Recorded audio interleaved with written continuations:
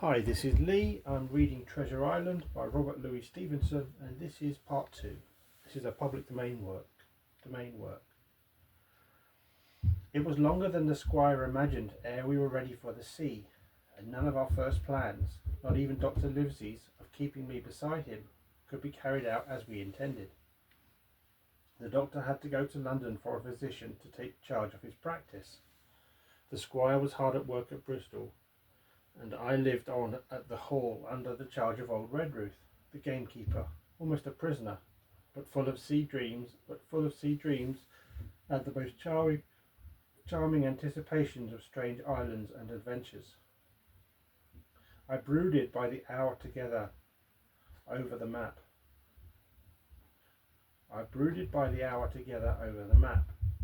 All the details of which I well remembered. Sitting by the fire in the housekeeper's room, I approached that island in my fancy from every possible direction. I explored every acre of its surface. I climbed 1,000 hills to that tall hill they call the Spyglass, and from the top enjoyed the most wonderful and changing prospects. Sometimes the isle was thick with savages with whom we fought, sometimes full of dangerous animals that hunted us, but in all my fancies nothing occurred to me so strange and tragic as our actual adventures. So the weeks passed on, till one fine day there came a letter addressed to Dr. Livesey, with this addition: to be opened in the case of my absence by Tom Redruth or young Hawkins.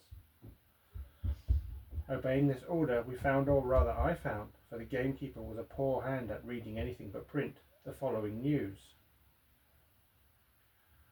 Old Anchor Inn, Bristol, March 1, 17 Dear Livesey, as I do not know whether you are at the Hall or still in London, I send this in double to both places. The ship is bought and fitted. She lies at anchor, ready for sea. You never imagined a sweeter schooner. A child might sail her. 200 tons, name Hispaniola. I got her through my old friend Blandly, who has proven himself throughout the most surprising trump. The admirable fellow literally slaved in my interest, and so, I may say, did everyone in Bristol. As soon as they got wind of the port we sailed for. Treasure, I mean. Redruth, said I, interrupting the letter. Dr. Livesey will not like that. The squire has been talking after all. Well, who's a better right, growled the innkeeper. A pretty rum go if squire ain't to talk for Dr. Livesey, I should think.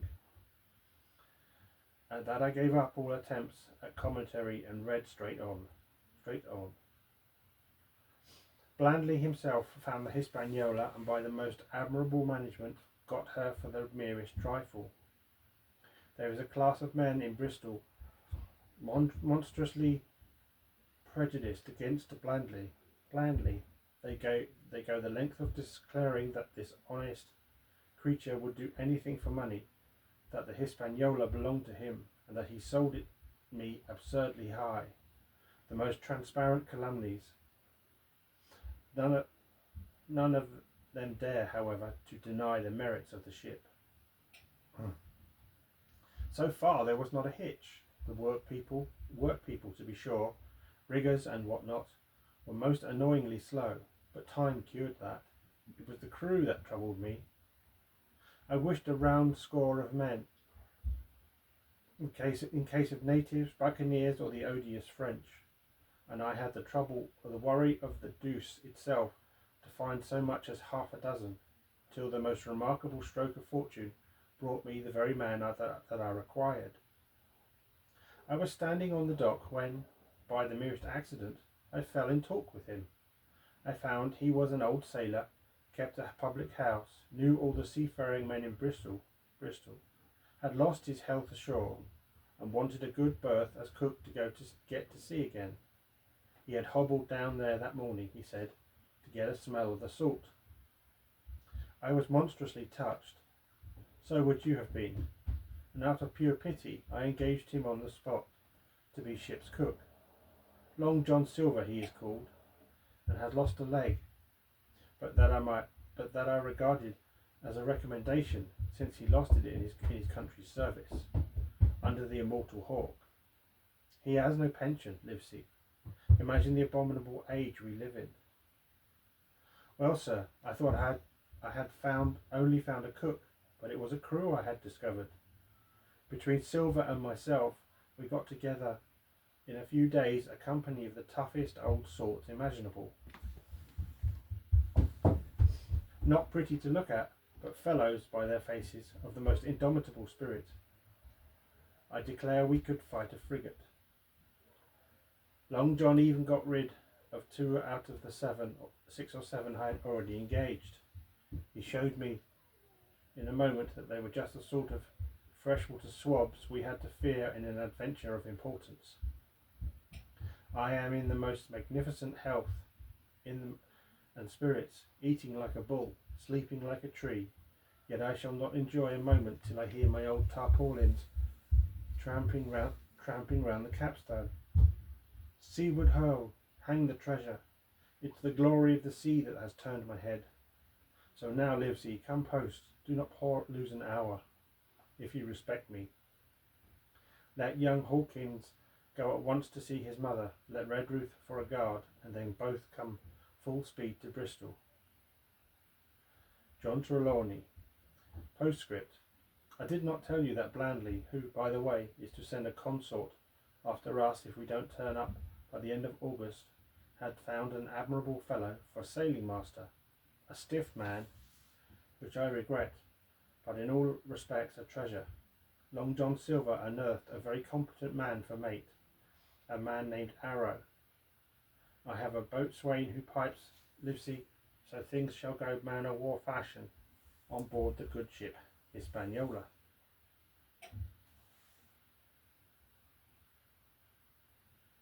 I forgot to tell you that Silver is a man of substance. I know of my own knowledge that he has a banker's account, which has never been overdrawn.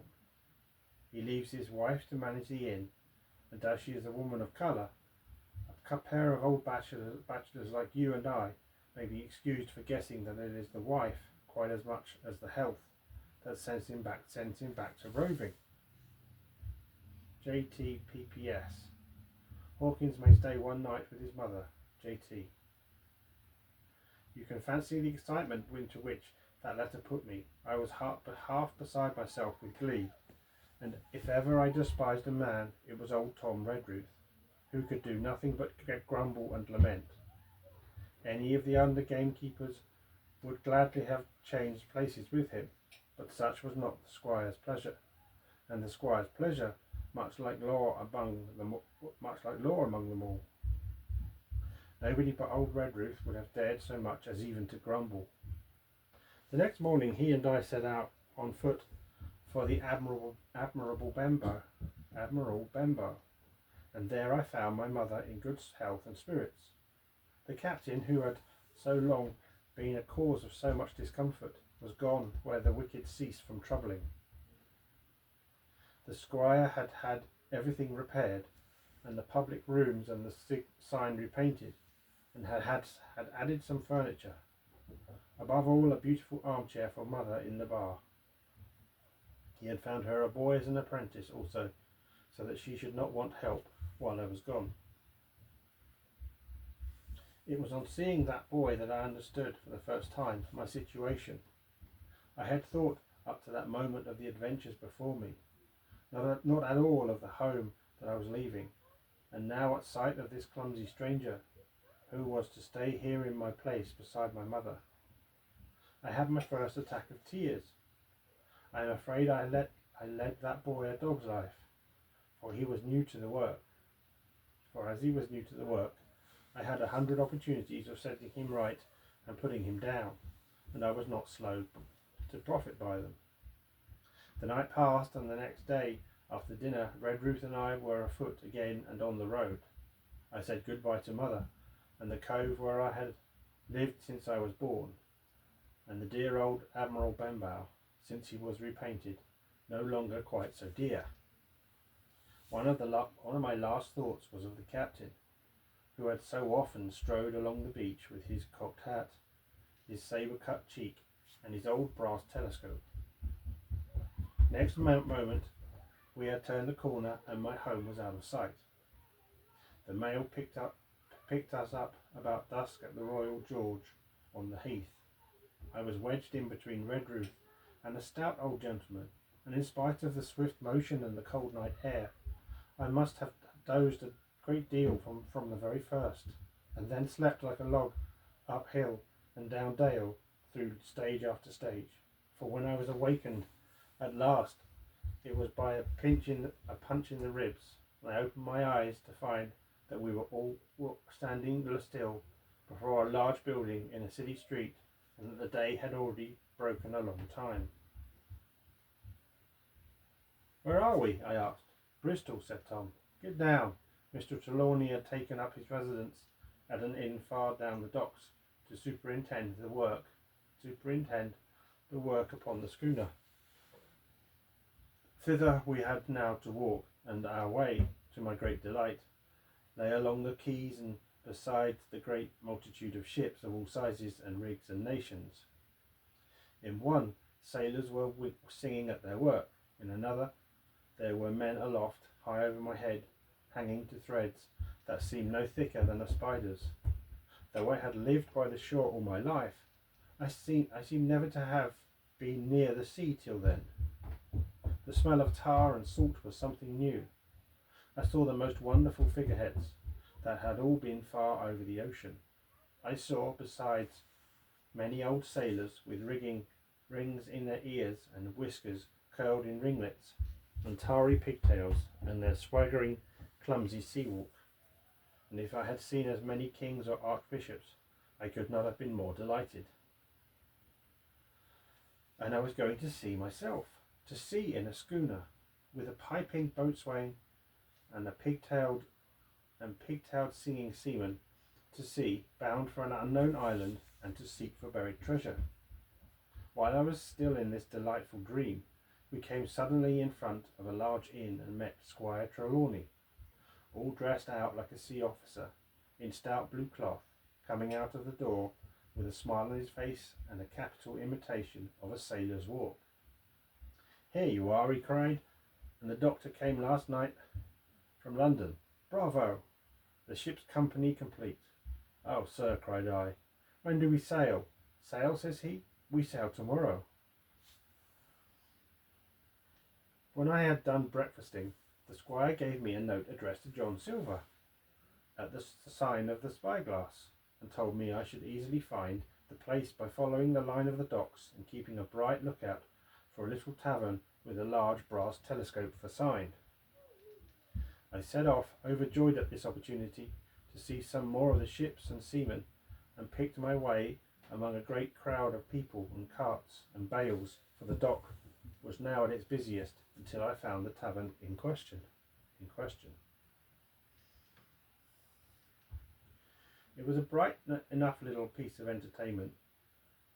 It was a bright enough little place of entertainment. The sign was newly painted. The windows had neat red curtains. The floor was cleanly sanded.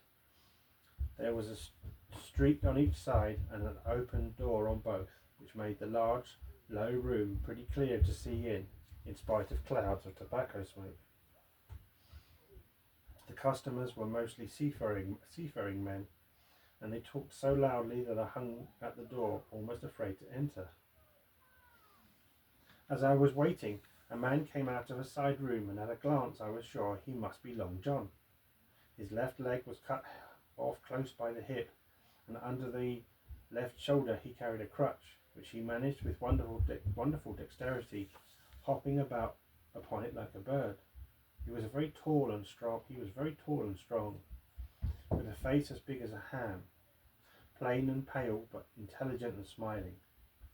Indeed, he seemed in the most cheerful spirits, whistling as he moved about among the tables, with a merry word or a slap on the shoulder for the more favoured of his guests.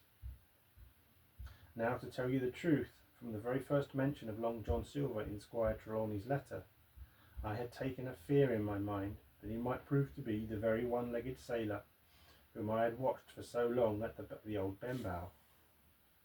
But one look at the man before me was enough. I had seen the captain and Black Dog and the blind man, Pew, and I thought I knew what a buccaneer was like. A very different creature, according to me, from this clean and pleasant-tempered landlord. I plucked up courage at once, crossed the threshold, and walked right up to the man where he stood, propping on his crutch, talking to a customer. "Mr. Silver, sir?" I asked, holding out the note. "Yes, my lad," said he. "Such is my name, to be sure. And who may you be?" And then he saw the squire's letter. As he saw the squire's letter, he seemed to give me something almost like a start. "Oh," said he, quite loud, and offering his hand, "I see. You are our new cabin boy. Pleased I am to see you." And he took my hand in his large firm grasp. Just then one of the customers at the far side rose suddenly and made for the door. It was close by him, and he was out in the street in a moment. But his hurry had attracted my notice, and I recognized him at a glance. It was the tallow-faced man wanting 2 fingers who had come first to the Admiral Benbow. "Oh," I cried, "stop him! It's Black Dog." "I don't care 2 coppers who he is," cried Silver, "but he hasn't paid his score. Harry, run and catch him." One of the others, who was nearest the door, leapt up and started in pursuit. "If he were Admiral Hawke, he shall pay his score," cried Silver, and then relinquishing my hand, "Who do you say he was? Did you say he was? Black what?" "Dog, sir," said I. "Mr. Trelawney had not told you of the buccaneers. He was one of them." "So," cried Silver, "in my house, Ben, run and help Harry. One of those swabs, was he? Was that you drinking with him, Morgan? Step up here." The 2 men, the man whom he called Morgan, an old grey-haired, mahogany-faced sailor, came forward pretty sheepishly, rolling his quid. "Now, Morgan," said Long John very sternly, "you never clapped your eyes on that black dog before, did you now?" "Not I, sir," said Morgan with a salute. "You didn't know his name, did you?" "No, sir." "By the powers, Tom Morgan, it's as good for you," exclaimed the landlord. "If you had been mixed up with the like of that, and you would never have put another foot in my house. You may lay to that. And what was he saying to you?" "I don't rightly know, sir," answered Morgan. "Do you call that a head on your shoulders or a blessed dead eye?" cried Long John. "Don't rightly know, don't you? Perhaps you don't happen to rightly know who you was speaking to, perhaps. Come, now, what was he drawing? Voyages, captains, ships. Pipe up. What was it? "We was a-talking of keel-hauling," answered Morgan. "Keel-hauling, was you? And a mighty suitable thing too, and you may lay to that. Get back to your place for a lover, Tom." And then, as Morgan rolled back to his seat, Silver added to me in a confidential whisper that was very flattering, as I thought. "He's quite an honest man, Tom Morgan, only stupid. And now," he ran on again aloud, "let's see. Black Dog. No, I don't know the name, not I. Yet I think I've seen. Yes, I've seen the swab. He used to come here with a blind beggar. He used." "That he did, you may be sure," said I. "I knew that blind man too. His name was Pew." "It was," cried Silver, now excited. "Pew, that was his name for certain. Ah, he looked a shark, he did. If we run down this Black Dog, now then there'll be news for Captain Trelawney. Ben's a good runner. Few seamen run better than Ben. He should run him down hand over hand by the powers. He talked by the powers. He talked of keel-hauling, did he? I'll keel-haul him." All the time he was jerking out these phrases, he was stumping up and down the tavern on his crutch, slapping tables with his hand and giving such a show of excitement as would have convinced an Old Bailey judge or a Bow Street runner. My suspicions had been thoroughly reawakened on finding Black Dog at the spyglass, and I watched the cook narrowly. But he was too deep and too ready and too clever for me, and by the time the two men had come back out of breath and confessed that they had lost the track in a crowd and been scolded like thieves, I would have gone bail for the innocence of Long John Silver. "See here now, Hawkins," said he, "is a blessed hard thing on a man like me. Now, ain't it? There's Captain Trelawney. What's he to think? Here I have this confounded son of a Dutchman sitting in my own house drinking of my own rum. Here you comes and tells me of it plain, and here I let him give us all the slip before my blessed deadlights. Now, Hawkins, you do me justice with the captain.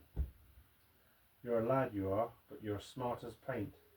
I see that when you first come in. Now here it is. What could I do with this old timber I hobble on? When I was an AB master mariner, I'd have come up alongside of him, hand over hand, and broached him to in a brace of old shakes. I would, but now, then all of a sudden he stopped and his jaw dropped, as though he had remembered something. "The score," he burst out. "3 goes of rum. Why, shiver my timbers if I hadn't forgotten my score." And falling on a bench, he laughed until the tears ran down his cheeks.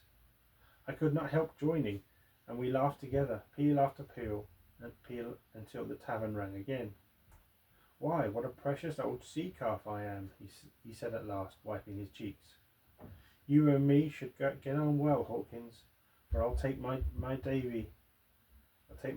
I should be rated ship's boy. But come now, stand by to go about. This won't do. Duty is duty. Duty is duty.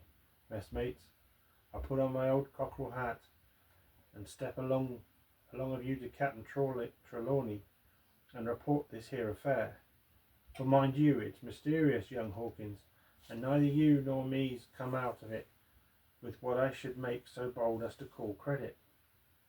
Nor you neither, says you. Not smart. None of the pair of us smart. But dash my buttons, that was a good un about my score." And he began to laugh again, and so heartily that, though I did not see the joke as he did, I was again obliged to join him in the mirth.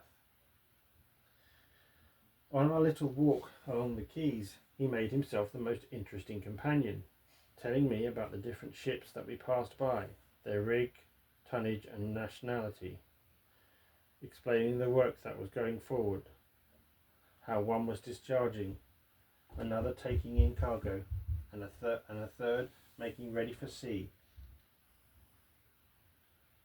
and every now and then telling me some little anecdote of ships or seamen, or repeating a nautical phrase till I had learned it perfectly.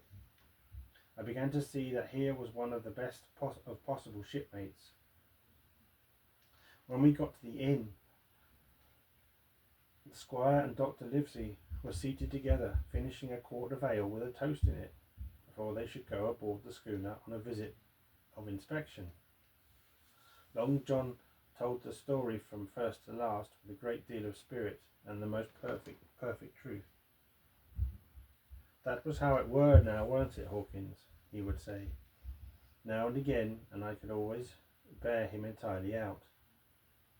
The two gentlemen regretted that Black Dog had got away, but we all agreed there was nothing to be done, and that after he had been complimented, Long John took up his crutch and departed.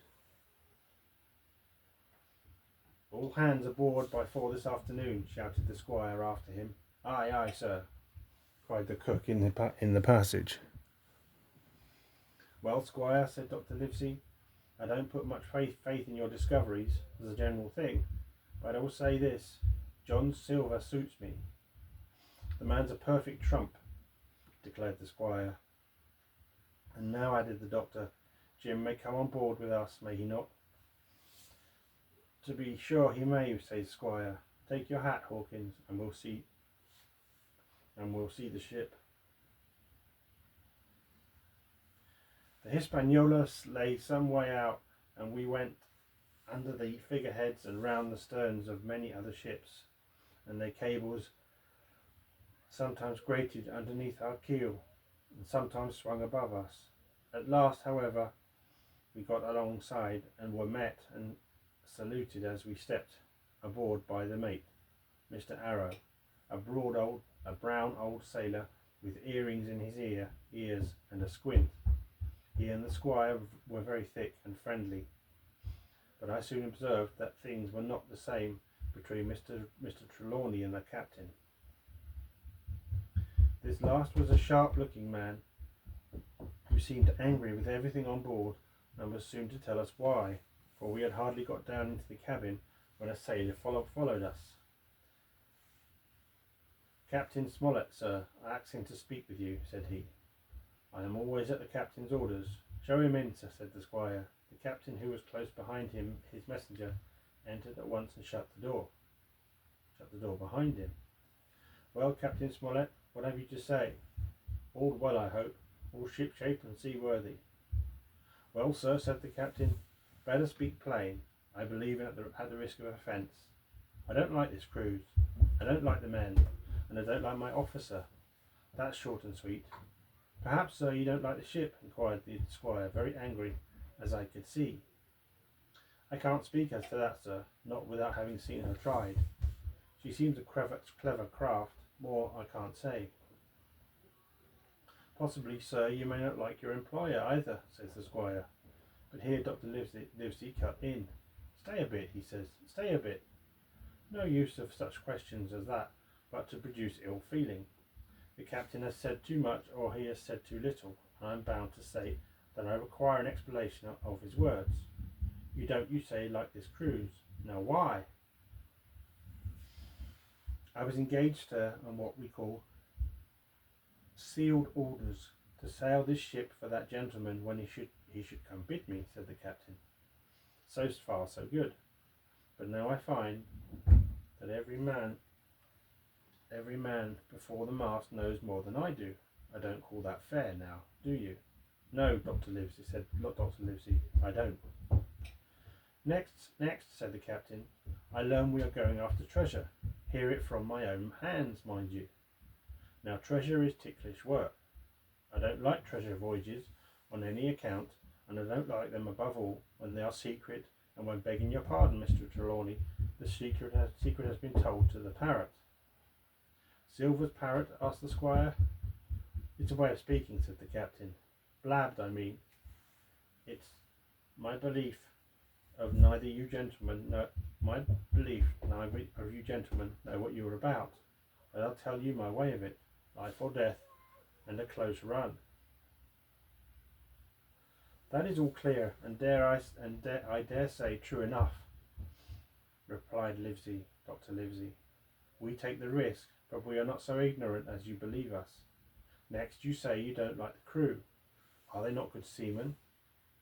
"I don't like them, sir," replied Captain Smollett, "and I think I should have the choosing of my own hands, if it go to that." "Perhaps you should," replied the doctor. "My friend should perhaps have taken you along with him, but the slight, if there be one, was unintentional." "And you don't like Mr. Arrow?" "I don't, sir. I believe he's a good seaman, but he's too free with the crew to be a good officer. A man should keep himself to himself, shouldn't drink with the men before the mast." "Do you mean he drinks?" cried the squire. "No, sir," replied the captain, "only that he's too familiar." "Well, now, and the short and long of it, captain," asked the doctor, "tell us what you want." "Well, gentlemen, are you determined to go on this cruise?" "Like iron," answered the squire. "Very good," said the captain. "Then, as you've heard me very patiently saying things that I could not prove, hear me a few words more. They are putting the powder and the arms in the forehold. Now you have a good place under the cabin. Why not put them there? First point. Then, as you are bringing 4 of your own people with you, and they tell me some of them are to be berthed forward, why not give them the berths here beside the cabin? Second point. Any more? Asked Dr. Trelawney. One more, said the captain. There's been too much blabbing already. Far too much, agreed the doctor.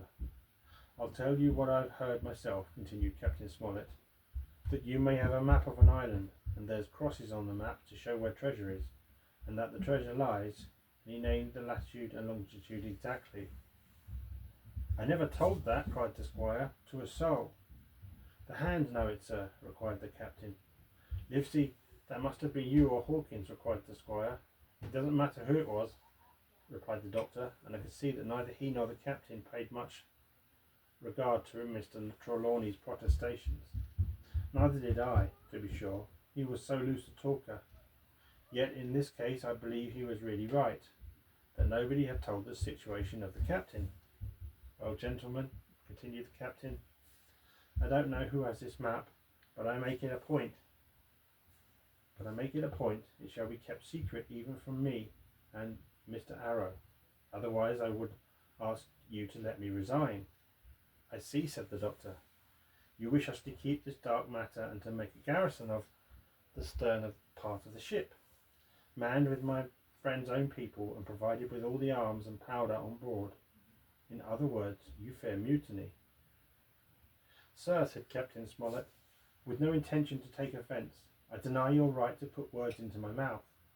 No captain, sir, would be justified in going to sea at all if he had ground enough to say that. As for Mr. Arrow, I believe him thoroughly honest. Some of the men are the same.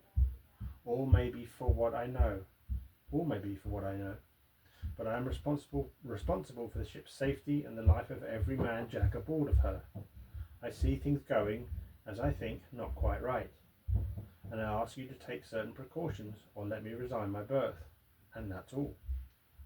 Captain Smollett, began the doctor with a smile, did ever you hear the fable of the mountain and the mouse? You'll excuse me, I dare say, but you remind me of that fable.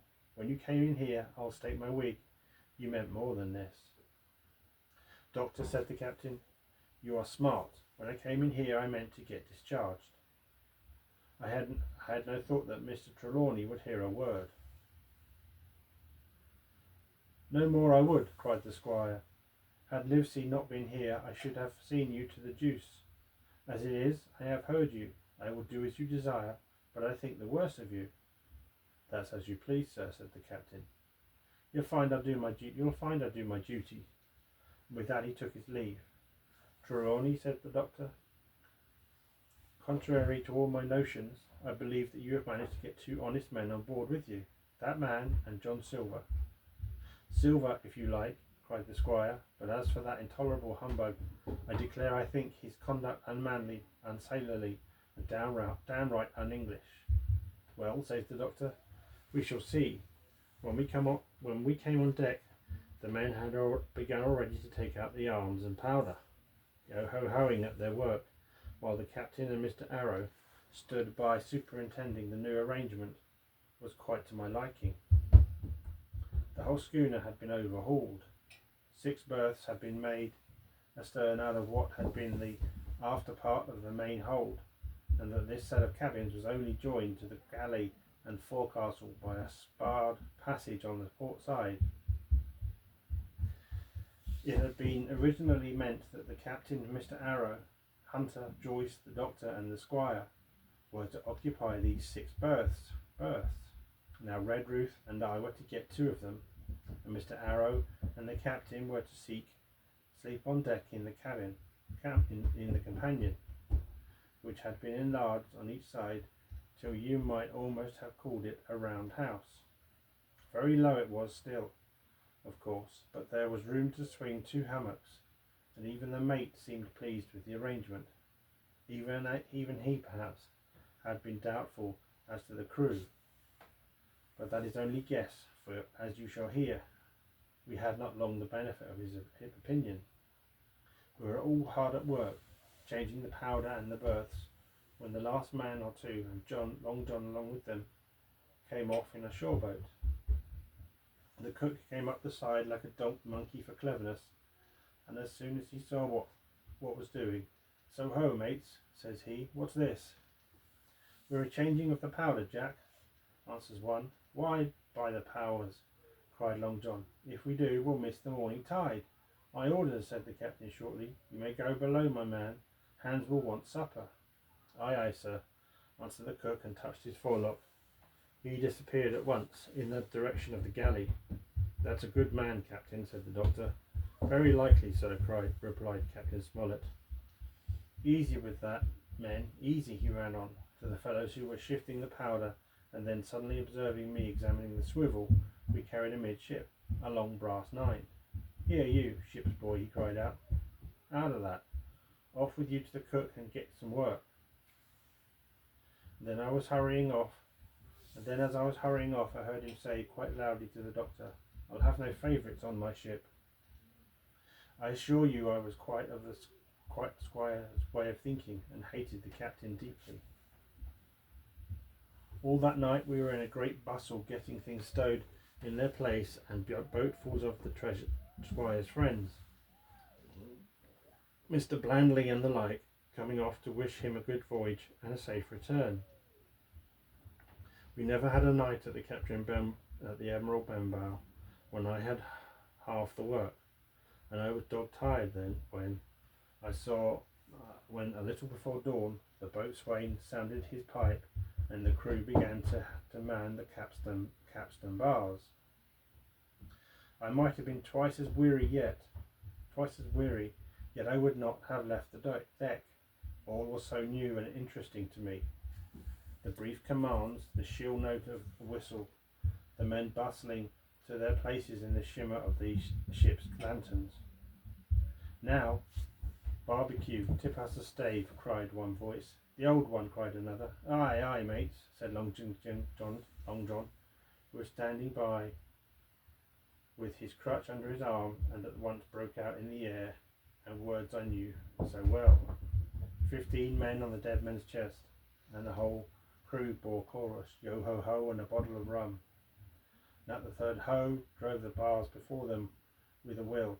Even at that exciting moment, it carried me back to the old Admiral Benbow in a second, and I seemed to hear the voice of the captain piping in the chorus. But soon the anchor was up, soon it was hanging, dripping at the bows. Soon the sails began to draw, and the land and shipping to flit by on either side, and before I could lie down to snatch an hour of slumber, the Hispaniola had begun her voyage to the Isle of Treasure. I am not going to relate that voyage in detail. It was fairly prosperous. The ship proved to be a good ship, the crew were capable seamen, and the captain thoroughly understood his business. But before we came the length of Treasure Island, 2 or 3 things had happened which required to be known. Mr. Arrow, first of all, turned out even worse than the captain had feared. He had no command among the men, and people did what they pleased with him. But that was by no means the worst of it, for after a day or 2 at sea he began to appear on deck with hazy eyes, red cheeks, stuttering tongue, and other marks of drunkenness. Time after time he was ordered below in disgrace. Sometimes he fell and cut himself. Sometimes he lay all day long in his little bunk at one side of the cab companion. Sometimes for a day or 2 he would be almost sober and attend to his work, at least passably. In the meantime we could never make out where he got the drink. That was the ship's mystery. Watch him as we pleased, we could do nothing to solve it. And when we asked him to his face, he would only laugh if he were drunk, and if he were sober, deny solemnly that he ever tasted anything but water. He was not only useless as an officer and a bad influence amongst the men, but it was plain that at this rate he must soon kill himself outright. So nobody was much surprised, nor very sorry, when one dark night, with the head sea, he disappeared entirely and was seen no more. Overboard, said the captain. Well, gentlemen, that saves the trouble of putting him in irons. But there we were, without a mate, and it was necessary, of course, to advance one of the men. The boatswain, Job Anderson, was the likeliest man aboard, and though he kept his old title, he served in a way as mate. Mr. Trelawney had followed the sea, and his knowledge made him very useful. for he often took a watch himself in easy weather, and the coxswain, Israel Hands, was a careful, wily old experienced seaman who could be trusted at a pinch with almost anything. He was great confident of Long John Silver, and so the mention of his name leads me on to speak of our ship's cook, Barbecue, as the men called him. Aboard ship, he carried his crutch by a lanyard round his neck, to have both hands as free as possible. It was something to see him wedge the foot of the crutch against a bulkhead, and propped against it, yielding to every movement of the ship, get on with his cooking like someone safe ashore. Still more strange was it to see him in the heaviest of weather across the deck. He had a line or two rigged up to help him across the widest spaces. Long John's earrings they were called, and he would hand himself from one place to another, now using the crutch, now trailing it alongside by the lanyard, as quickly as another man could walk. Yet some of the men who had sailed with him before expressed their pity to see him so reduced. "He's no common man, Barbecue," said the coxswain to me. "He had good schooling in his young days, and can speak like a book when he's so minded. And brave, a lion's nothing alongside of Long John. I seen him grapple for and knock their heads together, him unharmed. All the crew respected and even obeyed him. He had a way of talking to each and doing everybody some particular service. To me he was unweariedly kind, and always glad to see me in the galley, which he kept as clean as a new pin, the dishes hanging up burnished, and his parrot in a cage in one corner. 'Come away, Hawkins,' he would say. 'Come and have a yarn with John. Nobody more welcome than yourself, my son. Sit you down and hear the news. Here's Captain Flint. I calls my parrot Captain Flint after the famous buccaneer. Here's Captain Flint, predicting success to our voyage. Wasn't you, Captain?' And the parrot would say with great rapidity, 'Pieces of 8, pieces of 8, pieces of 8, till you wondered that he was not out of breath, or till John threw his handkerchief over the cage. 'Now that bird,' he would say, 'is maybe 200 years old, Hawkins. They live forever mostly. If anybody's seen more wickedness, it must be the devil himself. She sailed with England, the great Captain England, the pirate. She's been to Madagascar and at Malabar and Suriname and Providence and Portobello. She was at the fishing up of the old wrecked plate ships. It's there she learned pieces of 8, and little wonder, 350,000 of them. Hawkins, she was at the boarding of the Viceroy of the Indies out of Goa. She was, and to look at her you would think she was a babby. But you smelt powder, didn't you, Captain?' 'Stand by to go about,' the parrot would scream.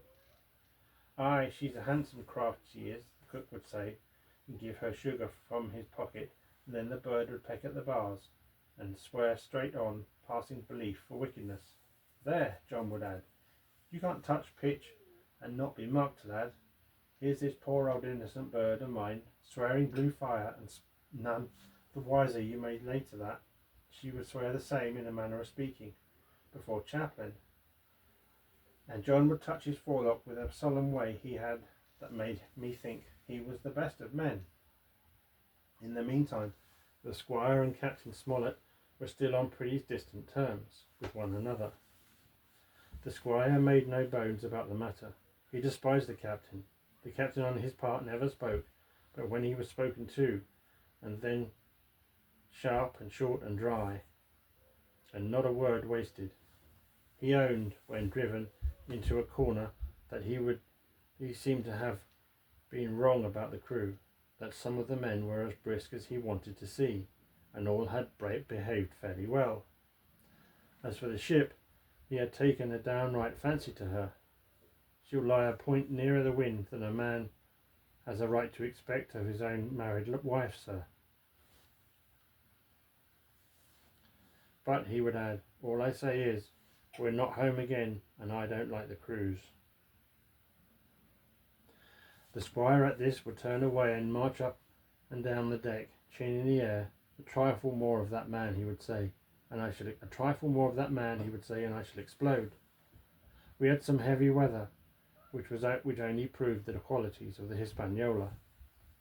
Every man on board seemed well content, and they must have been hard to please if they had been otherwise, for it is my belief there was never a ship's company so spoiled since Noah put out to sea.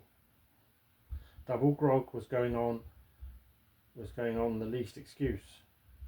There was duff on odd days, as for instance, if the squire heard it was at any man's birthday, and always a barrel of apples standing broached in the waist for anyone to help himself that had a fancy. Never knew good come of it, the captain said to Livesey. Spoil forecastle hands, make devils, that's my belief. But good did come of that apple barrel, as you shall hear, for if it had not been for that, we should have had no note of warning, might all have perished by the hand of treachery. This was how it came about. We had run up the trades to get the wind of the island we were after. I am not allowed to be more plain. And now we were running down for it with a bright lookout day and night. It was about the last day of our outward voyage by the largest computation. Some time that night, or at latest before noon of the morrow, we should sign the Treasure Island. We were heading south-southwest and had a steady breeze abeam and a quiet sea. The Hispaniola rolled steadily, dipping her bowsprit now and then with a stiff whiff of spray. All was drawing low.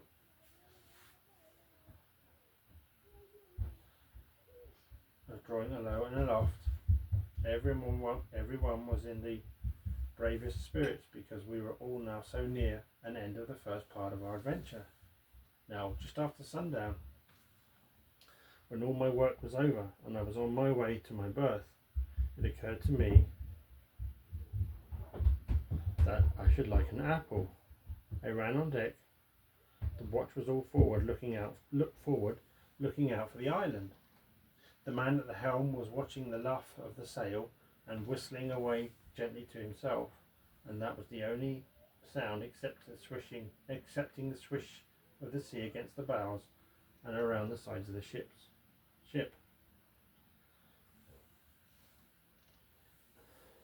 In I got bodily into the apple barrel and found there was scarce an apple left. But sitting down there in the dark, with what with the sound of the waters and the rocking movement of the ship, I had either fallen asleep or was on the point of doing so, when a heavy man sat down with rather a clash close by. The barrel shook as he leaned his shoulders against it, and I was just about to jump up when the man began to speak. It was Silver's voice, and before I had heard a dozen words, I would not have shown myself for all the world, but lay there trembling and listening in the extreme of fear and curiosity, for from these dozen words I understood that the lives of all the honest men aboard depended upon me alone. What, not I, said Silver. Flint was captain, I was quartermaster, along of my timber leg. The same broadside I lost my leg, old Pugh lost his deadlights. It was a master surgeon, him that amputated me, out of college and all, Latin by the bucket and what not. But he was hanged like a dog, and sun-dried like the rest at Corso Castle. That was Robert's men, that was, and comed of changing names of their ships, Royal Fortune and so on. Now what a ship was christened, so let us stay, I says. So it was with the Cassandra, as brought us all safe home from Malabar, after England took the Viceroy of the Indies. So it was with the old Walrus, Flint's old ship, as I've seen her muck with the red blood and fit to sink with gold.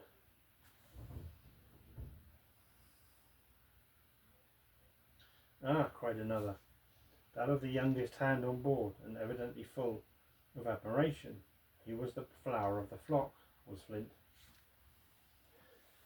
Davy was a man too, by all accounts, said Silver. I never sailed a log of him, first with Cat England, then with Flint. That's my story, and now hear on my account, in a manner of speaking. I lay by 900 safe from England and 2,000 after Flint. That ain't bad for a man before the mast, all safe in bank. 'Tain't earning now, it's saving does it, you may later that. Where's all England's men now? I dunno, where's Flint? Why, most of 'em on board here, and glad to get the duff. Been begging before that, some on 'em. Old Pugh, as he'd lost his sight, might have thought shame, spends £1,200 a year. Like a lord in Parliament. Where is he now? Well, he's dead now and under hatches. But for 2 years before that, shiver my timbers, the man was starving. He begged and he stole and he cut throats and starved at that by the powers. Well, it ain't much use after all, said the young man.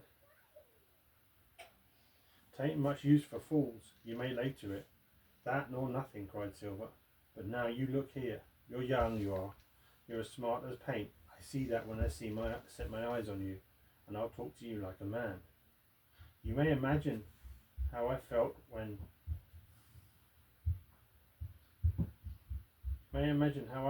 I heard this abominable old rogue addressing another in the very same words of flattery as he had used to myself. I think if I had been able, I would have killed him through the barrel. Meantime he ran on, little supposing he was overheard. Here it is about gentlemen of fortune. They lives rough, and they risk swinging, but they eat and drink like fighting cocks, and when a cruise is done, why, it's hundreds of pounds instead of hundreds of farthings in their pocket. Now the most goes for rum and a good fling, and to sea again in their shirts. But that's not the course, I lay. I puts it all away, some here, some there, and none too much anywheres, by reason of suspicion. I'm 50, mark you. Once back from this cruise, I set up gentlemen in earnest. Time enough too, says you. Ah, but I've lived easy in the meantime, never denied myself a nothing, heart desires, and slept soft and ate dainty all my days. But when at sea, and how did I begin? Before the mast, like you. Well, said the other, but all the other money's gone now, ain't it? You daren't show face in Bristol after this. Why, where might you suppose it was? Asked Silver derisively. At Bristol, in banks and places, answered the captain. If it were, said the cook, it were when we weighed anchor.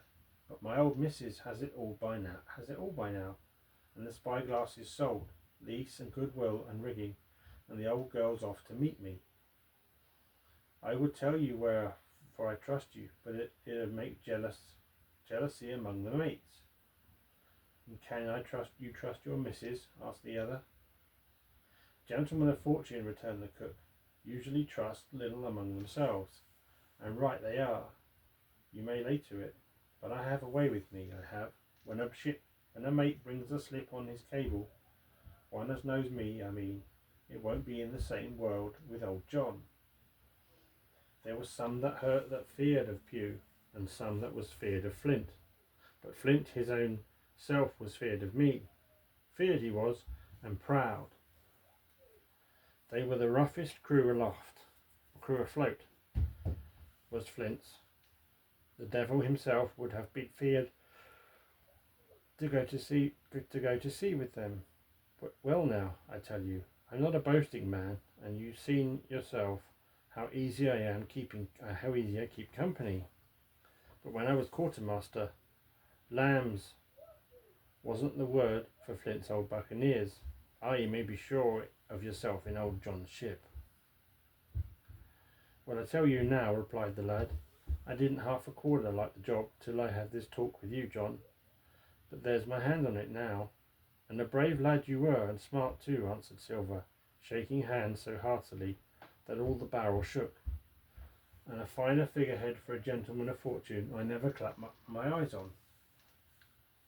By this time I began to understand the meaning of their terms. By gentleman of fortune they plainly meant neither more nor less than a common pirate, and the little scene that I had overheard was the last act in the corruption of one of the honest hands, perhaps of the last one aboard. But on this point I was soon to be relieved, for Silver giving a little whistle, a third man rolled up and sat down by the party. Dick Square, said Silver. Oh, I know Dick was square. I know Dick was square, returned the voice of the coxswain, Israel Hands. He's no fool, is Dick, and he turned his quid and spat. But look here, he went on, it's what I want to know, Barbecue. How long are we going to stand off and on like a blessed bumboat? I've had most enough of Captain Smollett. He's hazed me long enough, by thunder. I want to go to that captain, I do. I want their pickles and wine and that. Israel, said Silver, your head ain't much account, nor ever was. But you're able to hear, I reckon. Leastways, your ears is big enough. Now here's what I say. You'll berth forward, and you'll live hard, and you'll speak soft, and you'll keep sober till I give the word, and you may lay to that, my son.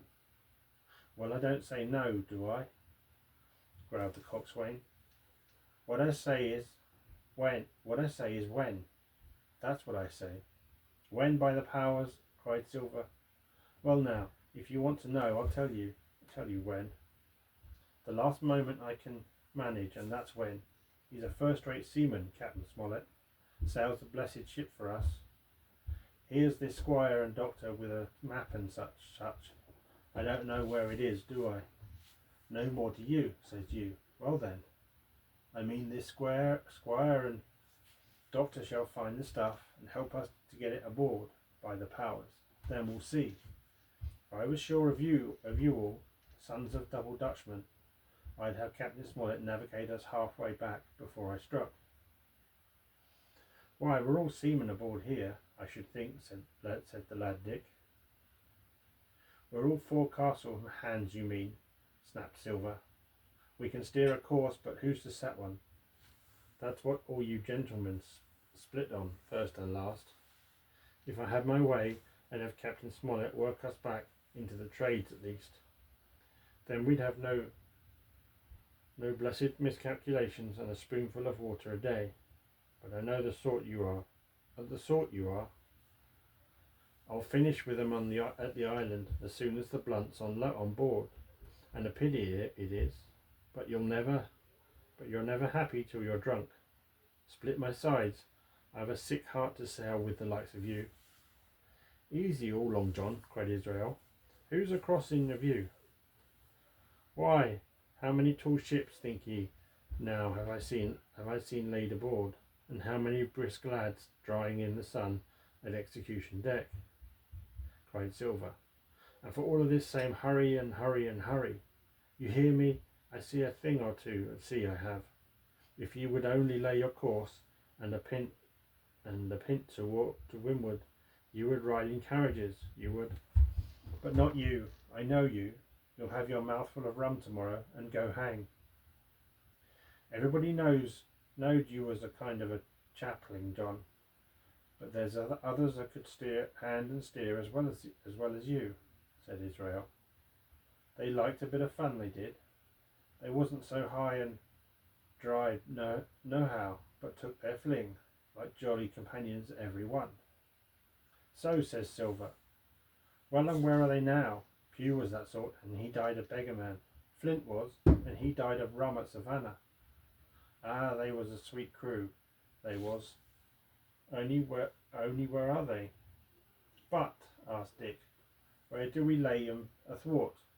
What are we to do with 'em anyhow? There's the man for me, cried the cook admiringly. That's what I call business. Well, what would you think? Put 'em ashore like maroons, That would have been England's way, or cut 'em down like down like that much pork. That would have been Flint's or Billy Bones. Billy was the man for that, said Israel. Dead men don't bite, says he. Well, he's dead now himself. He knows the long and short on it now. If ever a rough hand came to pork, it was Billy. It was Billy. Right you are, said Silver, rough and ready, but mark you, I'm an easy man, I'm quite the gentleman, says you. But this time it's serious. Duty is duty. Mates, I give my vote. Death. When I'm in Parliament and riding in my coach, I don't want none of these sea lawyers in their cabin a coming home, unlooked for, like the devil at prayers. Wait is what I say, but when the time comes, why, let her rip. John, cried the coxswain, you're a man. You'll say so, Israel, when you see, said Silver. Only thing I claim Trelawney.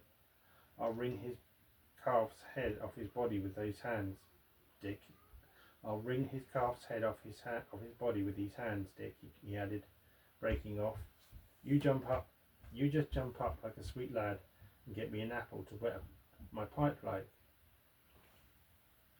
You may fancy the terror I was in. I should have leapt out and run for it if I had found the strength. But my limbs and heart alike misgave me. I heard Dick begin to rise, and then someone seemingly stopped him, and the voice of Hans exclaimed, "Oh, stow that! Don't you get sucking of that bilge, John. Let's have a go of the rum." Dick, said Silver, I trust you. I've a gauge on the keg, mind. There's the key. You feel I'm panicking and bring it up. Terrified as he was, I could not help thinking to myself that this must have been how Mr. Arrow got the strong waters that destroyed him. Dick was gone but a little while, and during his absence Israel spoke straight on in the cook's ear. It was but a word or two that I could scratch, and yet I gathered some important news. For besides other scraps that tended to the same purpose, this whole clause was admirable. Not another man of them will join. Hence there were still faithful men on board. When Dick returned, one after another of the trio took the pannikin and drank. One to luck, another with a here's to old Flint, and Silver himself saying in a kind of song, "Here's to ourselves, and hold your luff, plenty of prizes and plenty of duff." Just then a sort of brightness fell upon me in the barrel, and looking up I found the moon had risen and was sailing the mizzen top and shining white on the luff of the foresail, and almost at the same time the voice of the lookout shouted, "Land ho!" There was a great rush of feet across the deck. I could hear people tumbling up from the cabin and the forecastle, and slipping in an instant outside my barrel, I dived behind the foresail, made a double toward the stern, and came out upon the open deck in time to join Hunter and Dr. Livesey in the rush for the weather bow. There all hands were already congregated. A belt of fog had lifted almost simultaneously with the appearance of the moon.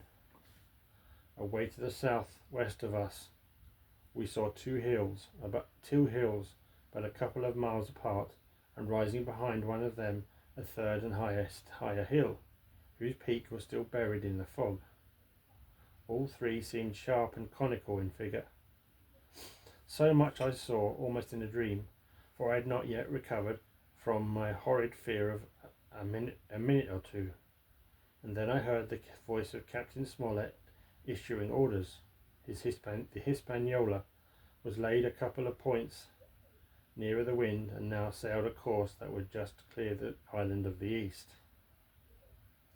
"And now, men," said the captain, when all was sheeted home, "has any one of you ever seen that island ahead?"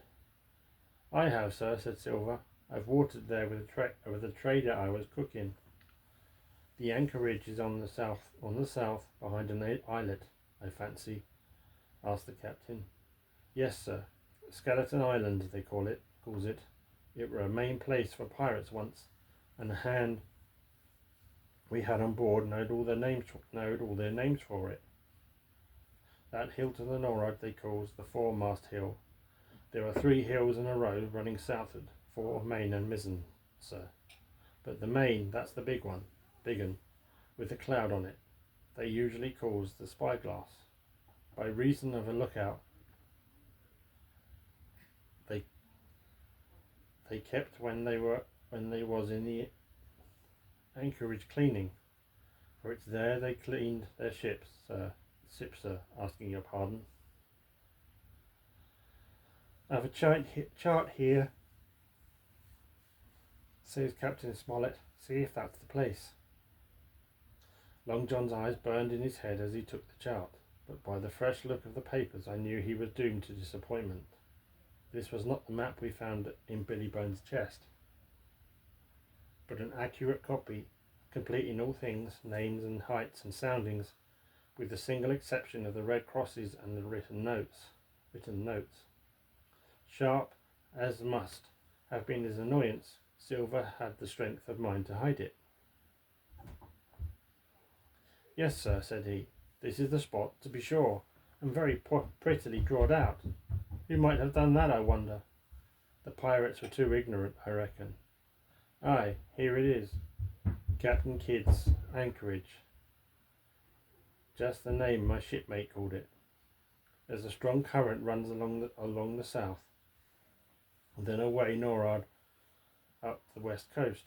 Right you was, sir, says he, to haul your wind and keep the weather of the island. Leastways, if such was your intention as to enter and careen, and there ain't no better place for it in these waters. Thank you, my man, says Captain Smollett. I'll ask you later on to give us a help. You may go. I was surprised at the coolness with which John avowed his knowledge of the island, and I own I was half frightened when I saw him drawing nearer to myself. He did not know, to be sure, that I had overheard his counsel from the apple barrel. Yet I had by this time taken such a horror of his cruelty, duplicity, and power that I could scarce conceal a shudder when he laid his hand upon my arm. Ah, says he, this here is a sweet spot, this island, a sweet spot for a lad to get ashore. You'll bathe and you'll climb trees and you'll hunt goats, you will, and you'll get aloft on them hills like a goat yourself. Why, it makes me young again. I was going to forget my timber leg, I was. It's a pleasant thing to be young and have 10 toes. And you may later that. When you want to go a bit of exploring, you just ask old John, and he'll put up a snack for you to take along. And clapping me in the friendliest way upon the shoulder, he hobbled off forward and went below. Captain Smollett, the squire, and Dr. Livesey were talking together on the quarter deck, and anxious as I was to tell them my story, I durst not interrupt them openly. While I was still casting about in my thoughts to find some probable excuse, Dr. Livesey called me to his side. He had left his pipe below, and being a slave to tobacco had meant that I should fetch it. But as soon as I was near enough to speak and not to be overheard, I broke immediately. Doctor, let me speak. Get the captain and squire down to the cabin, and then make some pretence to send for me. I have terrible news. The doctor changed countenance a little, but next moment he was master of himself. Thank you, Jim, said he quite loudly. That was all I wanted to know, as if he had asked me a question. And with that he turned on his heel and rejoined the other two. They spoke together for a little, and though none of them started or raised his voice, or so much as whistled, it was plain enough that Dr. Livesey had communicated my request, for the next thing that I heard was the captain giving an order to Job Anderson, and all hands were piped on deck. My lads, said Captain Smollett, I have a word to say to you. This land that we have sighted is the place we have been sailing for. Mr. Trelawney being a very open-handed gentleman, as we all know, has just asked me a word or two, and as I was able to tell him that every man on board has done his duty, alow and aloft, as I never ask to see it done better, why he and I and the doctor are going below to the cabin to drink your health and luck. And you'll have grog served out for you to drink our health and luck. I'll tell you what I think of this. I think it handsome, and if you think as I do, you'll give a good sea cheer for the gentleman that does it. The cheer followed. That was a matter of course, but it rang out so full and hearty that I confess I could hardly believe these same men were plotting for our blood. One more cheer for Captain Smollett, cried Long John, when the first had subsided, and this also was given with a will. On the top of that, the three gentlemen went below, and not long after, word was sent forward that Jim Hawkins was wanted in the cabin. I found them all three seated round the table, and bought a Spanish wine and some raisins before them. The doctor smoking away with his wig on his lap. That I knew was a sign that he was agitated. The stern window was open, for it was not a warm night, and you could see the moon shining behind on the ship's wake. Now, Hawkins, said the squire, you have something to say. Speak up. I did as I was bid, and as short as I could make it, told the whole details of Silver's conversation. Nobody interrupted me until I was done, nor did any of the three of them make so much as a movement, but they kept their eyes upon my face from first to last. Jim, said Dr. Livesey, take a seat. And they made me sit down at the table beside them, poured me out a glass of wine, filled my hand with raisins, and all three, one after the other, and each with a bow, drank my good health and their service to me for my luck and courage. Now, Captain, said the squire, you were right and I was wrong. I own myself an arse, and I await your orders. No more an arse than I, sir, returned the captain. I never heard of a crew that meant to mutiny, but what showed signs before, for any man that had an eye in his head to see the mischief and take steps according. But this crew he adds beats me. Captain, said the doctor, with your permission, that's Silver, a very remarkable man. He'd look remarkably well from a yardarm, sir, returned the captain. But this is talk. This don't lead to anything. I see 3 or 4 points, and with Dr. Trelawney's permission, I'll name them. You, sir, are the captain. It is for you to speak, said Mr. Trelawney grandly. First point, began Mr. Smollett. We must go on, because we can't turn back. If I gave the word to go about, they would rise at once. Second, we have time before us, at least until this treasure's found. Third point, there are faithful hands. Now, sir, it's got to come to blows sooner or later, and what I propose is to take time by the forelock, as the saying is, and come to blows some fine day when they least expect it. We can count, I take it, on your home servants, Mr. Trelawney. As upon myself, declared the captain. 3, reckoned the captain. Ourselves make 7, counting Hawkins here. Now about the honest hands. Most likely Trelawney's own men, said the doctor, those he had picked up for himself before he lit on Silver. Nay, replied the squire, Hans was one of mine. I did think I could have trusted Hans, and to think that they're all Englishmen, broke out the squire. Sir, I could find it in my heart to blow the ship up. Well, gentlemen, said the captain, the best that I can say is not much. We must lay to, if you please, and keep a brisk lookout. It's trying on a man, I know, but it would be pleasanter to come to blows. But there's no help for it till we know our men. Lay to and whistle for a wind. That's my view. Jim here, said the doctor, can help us more than anyone. The men are not shy with him, and Jim is a noticing lad. Hawkins, I put prodigious faith in you, added the squire, I began to feel pretty desperate at this, for I felt altogether helpless, and yet by an odd train of circumstances, it was indeed through me that safety came. In the meantime, talk as we pleased, there were only 7 out of the 26 on whom we knew we could rely. And out of those 7, 1 was a boy, so that the grown men on our side were 6 to their 19.